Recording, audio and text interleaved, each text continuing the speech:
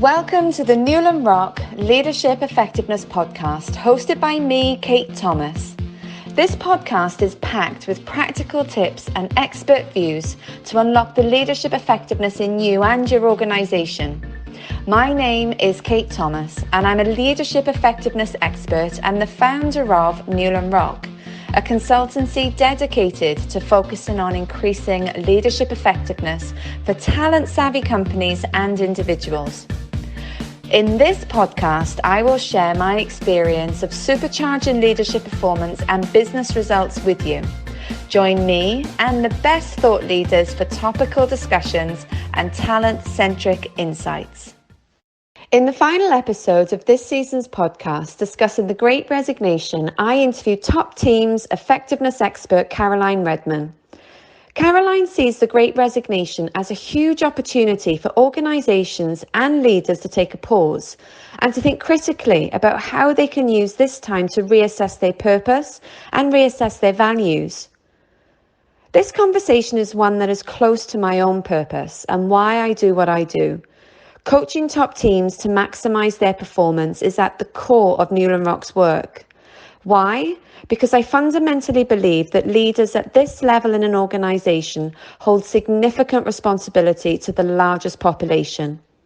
It's the senior leaders that create a path for people to follow.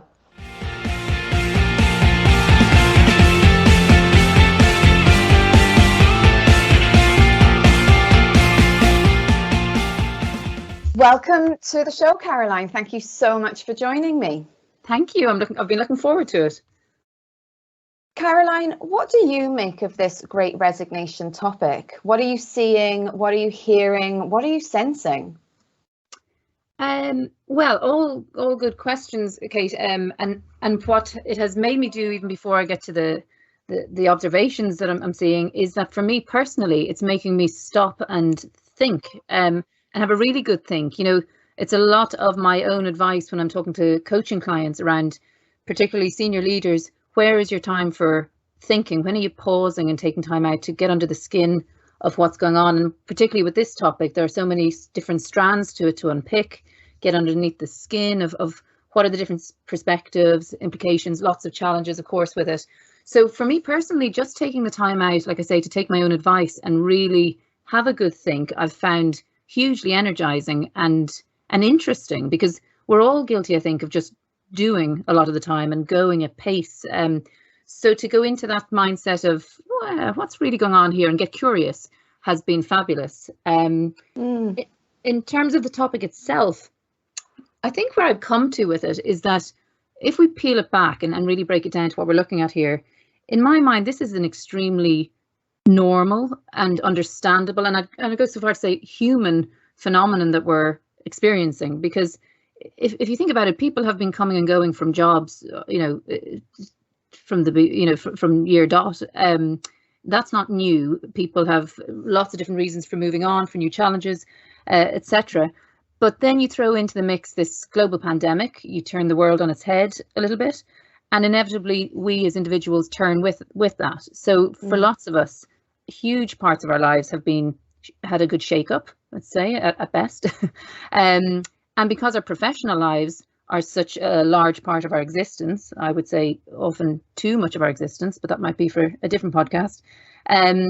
It's inevitable, like I say, that we then react as humans and think things aren't quite right here. I need a change, or everything's been shaken up. So why would I not shake up?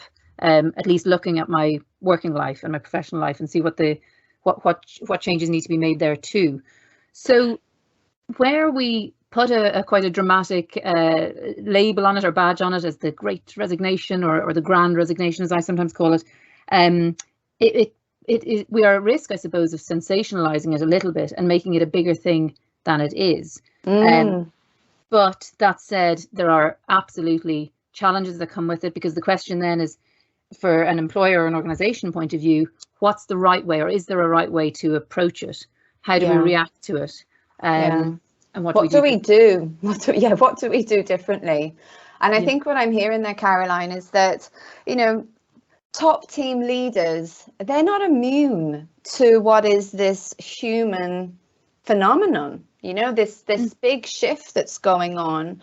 The pandemic has created a lot of unsettlement and or an awakening for a lot of people when they're thinking about their work, their life, and what it is that they want. And you know, sometimes I think an organization can forget that the senior leadership team, the top team, they have taken on the biggest level of stress and responsibility through all of this. They're not immune to also wanting to reconsider and reassess what's going on for them as individuals. But then, as you're saying, as an organization, there is a responsibility of what a top team is there to do to protect an organization whilst we go through this pain of this topic, the grand resignation. I like that. Yeah, indeed. And it's such a good point you make about the top team are there protecting the rest of the organization and so on. But in the same way that lots of my clients have said to me on executive teams, we're so mindful of looking after the mental well-being and welfare of the organization below us that actually sometimes we're forgetting to check in with ourselves and with each other. So that thing around putting the oxygen mask on yourself before you can help somebody else, there's a little bit of that in this piece as well, that exactly to your point, nobody's immune to the same challenges that I've alluded to in my opening comments there around being shaken up, having a different perspective on the back end of the pandemic and so on. So you're absolutely right. The top of the organization is absolutely more than entitled to be looking at this as well for themselves. Indeed. And when we've had other conversations, yourself and I, Caroline, we've talked about leadership effectiveness more broadly, and you've labelled it as an opportunity for leaders to raise their game. You know, when we're wanting to be effective in the work that we do, we need to start doing things differently to raise our game and come at the challenges with a different lens. What's the opportunity here for top teams to be effective during this time? What tips do you have, insights, ideas? Well, I think anybody listening to this that knows me or is a client of mine will not be surprised to hear me say the opportunity for pause. This is something I feel strongly about. And again, as I mentioned, for myself, pausing to have the point of reflection on this topic. But in that, again, inevitable way that as top teams could fall into a trap of becoming very reactive in a situation like this, there's an opportunity here to pause now, to be getting in the front foot where we may not have seen huge numbers of resignations or where we're starting to address it as a potential issue and so on. And again, to think critically about what's going on. As part of that pause, the other thing that I talk a lot about with my clients is around in pausing, if what we're saying is that a lot of this grand resignation and great resignation is around people reevaluating their own values, their personal values, what's important to them, they're reassessing and making changes on the back of it. What better time then, I would say, for organizations and for top teams, to mirror that and have their own reassessment of their values as a top team and also as an organization. What is important to us now? Has that shifted from pre-pandemic times? And the big question, of course, that I'm often talking about, which is around the purpose of the organization. What's our why? Is the why that we may have had pre-pandemic the same, and are we living it in this time? So certainly in terms of top tips or things that I would be suggesting is really investing the time to think and to get together as a leadership team, as an executive committee, or whatever way the organization is set up, to just check in, establish if we're still standing for the same values. Is this still what's important to us? And challenging themselves to think if that's appropriate in this climate. And also to take the chance to reframe, if we're thinking about the Great Resignation piece, to reframe that as where's the opportunity to think of this as a positive rather than getting on the defense, if you like, and thinking through, really is fresh thinking, is that cognitive diversity that we need in top teams to run organizations in an innovative and agile way.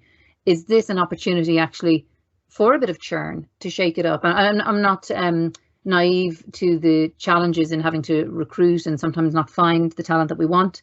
It's expensive, of course, and time consuming, But again, that if it's going to happen anyway, that reframing of it and approach to it as a top team can really lead to a more positive experience of that churn. Caroline, there's so much there that I want to go into and explore more with you.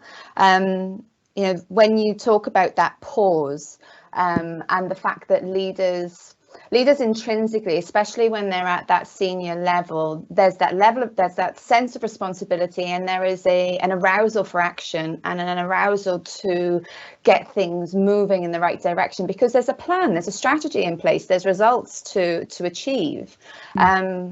But you know, this is an opportunity to take a pause, to take an opportunity to think differently, and to readdress what the challenge of the Great Resignation and the challenge of the pandemic actually can mean for an organization.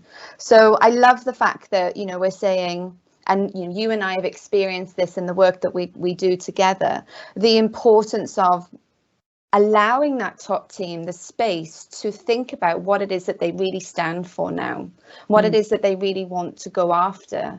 And I suppose for me as well, you know, coming back to one of my earlier points, when we've got that alignment in terms of our purpose and our why and what it is that we're here to do, there is then the opportunity to have an aligned and compelling narrative to drive the right culture. Without it, you're sort of shooting in the dark a bit and, as I say, going into reaction, just the doing. Absolutely. I mean, it's time and time again, and having an effective purpose, and I mean really investing the time to nail it down and to get total buy-in from the top team. It becomes your North Star. It becomes the North Star for that team in terms of conflicting demands, milestone moments in the organization. It gives you, you know, again, a compass point, North Star, whatever analogy you want to use. It's a point of clarity, and it's an anchoring that, again, like I say, I see it work all the time where organizations that are led by purpose in those times of crisis fare just that little bit better, and there's less sense of reaction and panic than people who are kind of have that anchor, that core sense of why we are here and what we stand for, what we're about. And as you're talking, my thinking is going into that other direction on retention. You know, so we think about the top team, we're thinking about also your top talent in an organization. You've invested a lot of time as a business in identifying these highly skilled leaders who really do understand your organization. You want to retain them. So making sure that your top team understand the value that they bring and feel that connection back to the business. So it's a two-way thing, isn't it? It's not just about making sure that we're aligned so we have the right message to cascade down through the business. It's also about having meaning for themselves as senior leaders in wanting to be there. Yeah, I couldn't agree with you more. And I think that we're moving away from this. I think is that trap where it's kind of increase the dollar sign, show, you know, throw money at the problem to retain people in that way. It's fairly well documented, I think, at this stage, that there's a lot more to keeping somebody energized and that feeling of value in an organization, because you're absolutely right. I think there's studies to suggest that sense of the value somebody feels in working for an organization is head and shoulders above any need for the financial recognition, albeit important as well.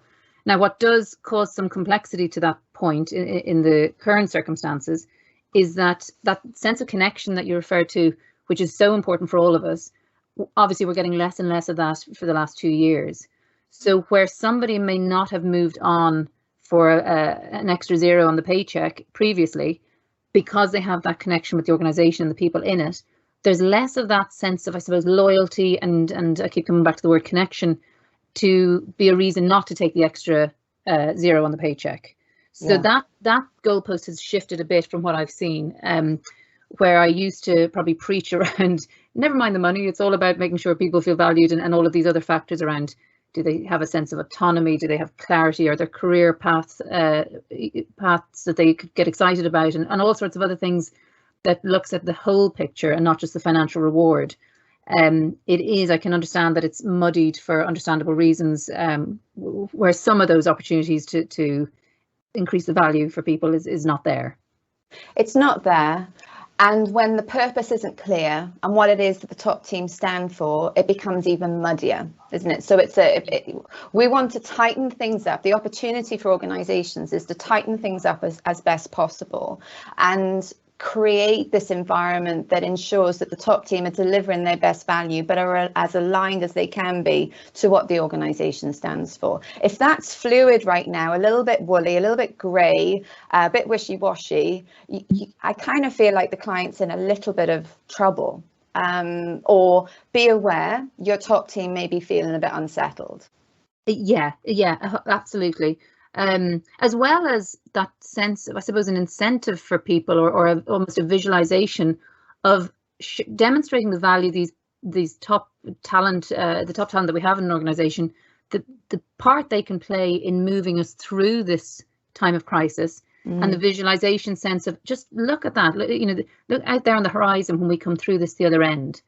And and I, as chief exec, or whatever the role is that I'm playing as part of that leadership team, I want you to get us through it with us, and that sense of achievement. So they're part of it. They're skin in the game. That sense of being part of the solution, not just surviving it and existing it. I think what I'm hearing from that as well is that we know in the work that we do that when a team has had some war wounds together, that they've gone through the highs and the lows and they come out on top and they've come out winning, that connection that top team then have for themselves as a top team and for the rest of the organization, the passion and the connection they have with their business is even tighter, even stronger. So I think what I'm hearing, this tip is, let's use this as a way of, to your point, skin in the game, own it, drive it. What ideas do you all have? And let's run this through. Let's take it forward. Let's protect our organization together. Yeah, absolutely. And to keep talking about it, to keep the dialogue open, so there's no kind of on taboo areas, I suppose, where we're not talking about the fact that this Great Resignation is a thing. Staying close to the people in the top team, as we said earlier, so that they're not excluded from the conversation, to say, how's it feeling for you? What would be the things that would tempt you away from the organization? And really getting into that adult professional conversation where, this is a thing, and we're all, hopefully realists in the sense that we know that, again, as I said at the beginning, people do move on from organizations, but let's keep the dialogue open, because particularly at that more senior level, that's the kind of level of sophistication we're after, really, isn't it? Where a conversation like that is more than okay. Absolutely. What's the elephant in the room? And let's call it out. Let's open that discussion. And I suppose what I'm also hearing there is an opportunity for a top team to get to the root cause of what might be going on for them for themselves individually, but what also might be going on for their organization. Every business is going to have their own challenges right now for their own unique reasons. So what's the root cause for your organization that may influence others to think about moving on? And that root cause might be different for lots of different people within the organization, I suppose. Because, again, what incentivizes me to stay in an organization might be completely different for somebody else, or indeed to move away. So this then loops back very nicely, actually, to what we were saying about this being a human phenomenon that we're looking at. And if we're saying it is a human phenomenon, then what better way to deal with it than as in a human way? Again, there's documented research around this piece around, do we deal with things as transactional or relational around the pandemic? And if the transactional, as an example, would be the paycheck and the reward piece, the relational is more around that sense of connection and stuff that we're talking about now. But as a leader and the top leader in an organization, we need to know that about each of the people in our team. So back to the human connection, I need to understand what your aspirations, Kate, are. If you're in my team, what will float your boat to keep you engaged? Very different to some peers of yours. That's the bit where it's time consuming. You need to do the pause to make time to understand what's going on for people. If we're stuck in the BAU and driving results and increasing productivity or whatever it is that the line of business you're in, regardless, we need to know our people if we're serious about keeping them, essentially, because it's only in understanding what their aspirations and kind of hopes are that we can try to meet those. So when we think about what our executive leaders can do, what the top teams can do to protect their own top talent, we're also saying, let's have these adult conversations, let's have the dialogue, let's call out what it is that you need, what you want, what you're aspiring for. But let's also ensure that we are not having this transactional discussion. We're getting under the skin of the individuals. And I think for me, what I'm also hearing with the clients that I'm working with and the leaders that I work with is that you can also get a bit desensitized by what's going on. You know, when you're at this senior leadership level, there is so much that you are dealing with that sometimes you find it challenging to come down and understand it at a different level, because you're seeing such pieces of work that have such great impact. We can get desensitized and lack that empathy, lack that human connection with other individuals in our business, because we don't necessarily see the same challenges as they see. We see much bigger challenges. So I think, you know, we also need to be cognizant of consciously having this connected conversation. Exactly. A real conversation is what I'm hearing you say there, because it's constant. It's not I come into a role, a new role as a top in the top team, and I have my one-to-ones with everybody and understand in that moment in time what their life is looking like through their lens. This is, as you've described there, an ongoing dialogue. Again, the way humans interact, this is what we normally do. There's no different in a top team. We stay connected, we understand, we should demonstrate that empathy, which, you, like you say, for the most, the people with the highest empathy, you know, it can get lost in the roller coaster ride of running a business. So coming back to basics, connecting with your people, keeping the empathy, with a goal in mind. You know, this isn't kind of arms around hugging for the sake of the TLC. It's around building the effectiveness of that team. It's leading to performance. It's leading to get the best out of the people, and for the individuals in that team to be their best selves as well. So it's all about engagement and fulfillment in my mind. Absolutely, and I really love that piece that you just talked about in terms of having a goal in mind and being clear as a top team what that goal is. What are we wanting to achieve from this opportunity? There is an opportunity for us to reassess, pause, and have that critical eye across our business right now. What do we want to achieve by that? What is our people first strategy right now? What do we want these conversations to be? What do we want to achieve from them? Yeah. Maybe just a last question, if I may, just to tease out some more from you, Caroline. You know, what would you say leaders should watch out for right now? You know, what might be the blind sides? Maybe I've touched on one already, in the fact that I observe a bit of this desensitization going on because we can be so top line. Anything else that comes up for you that leaders should, you know, as you say, they pause, really connect with what's happening? What are the watch outs? I think there's a few. I think some more tangible than others. One is the one you've just touched on, really, which is, I suppose, the watch out would be not investing the time in doing this root cause analysis that we've talked about, and within that really taking a look at themselves as part of that. So as a leader, we create the environment that our team are existing in and hopefully enjoying and being in. But we have to be really holding a mirror up to ourselves to see, what am I doing? Can I do more? And am I pulling the right levers to make this an engaging environment for people to be working in? So a really true look at the deep, you know, kind of root cause analysis, including themselves in that.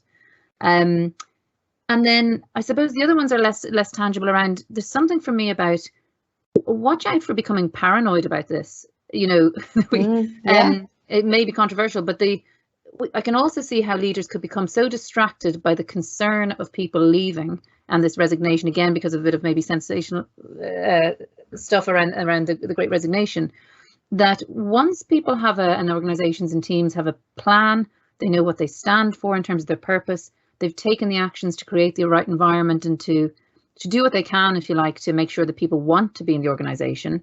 There's a part of me that probably thinks, and now get on with it. Let's go play. Yeah, let's go play. Let's enjoy this. That's it. If somebody tells me there's an avalanche coming, I can't help but keep looking behind me and developing a little twitch. So, take the right action and deal with it certainly as a real thing, but don't let it distract you from, setting the vision, raising the energy of the team, almost an assumption that who you have in front of you now is your team, not kind of becoming suspicious that everybody's 1 foot out the door. I don't think that would help. And equally, as and when people inevitably do move on, there's something again around a watch out of not losing too much perspective around that. Again, not being naive to the inconvenience and the expense and everything else that comes with having to re-recruit, but equally seeing it as a positive opportunity of fresh thinking, fresh blood, and diversity. So they would probably be my main, as well as not the obvious trap of throwing money at a problem. I would probably keep those as my key pointers. Fantastic. I love that. I've written down plan, purpose, play, perspective. All the P's, Caroline. Nicely done. Yeah. Thank you so much for taking the time out to join me and have this conversation. I really do appreciate the insights that you're sharing with our clients on this call. Let's keep in touch, and I look forward to our next podcast together. Lovely. Thanks, Kate. I've enjoyed it. Thank you for listening to today's episode of the Newland Rock Leadership Effectiveness Podcast with me, your host, Kate Thomas. If you would like more information on how I can help you or your organization maximize your talent and leadership effectiveness strategies, then reach out to me through my website, newlandrock.com.